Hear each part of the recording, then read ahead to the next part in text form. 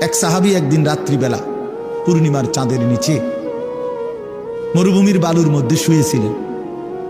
তো আসমানের চাঁদ এবং তারার দিকে অনেকক্ষণ তাকাইছে। তাকাইয়া নিজে নিজে বলছে, আইয়ুহাল কামার ওয়া আইয়ুহাল কাওয়াকিব, হে চাঁদ, হে তারকারাজি।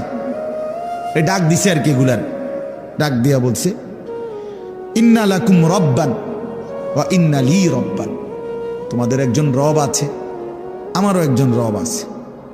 আর শোনো, রব্বি ওয়া রব্বুকুম ওয়াহিদ, তোমাদের রব আর আমার রব একজনই, তিনি আল্লাহ। এরপরে বলছে, আল্লাহুম্মা গফিরলি, আল্লাহ আপনি আমারে মাফ করে দেন। রাসূলুল্লাহ সাল্লাল্লাহু আলাইহি ওয়াসাল্লাম বলছেন সাহাবীকে ডেকে, আল্লাহ তাআলা তোমার এই অসাধারণ বলার ঢং দেখা এত খুশি হয়ে তোমার পুরা মাফ করে দিছে। তোমার বলার আন্দাজটাই অসাধারণ, বহুত মহব্বত করে তুমি এটা বলছো যে চাঁদ তারা তোমাদেরও রব আছে, আমারও রব আছে।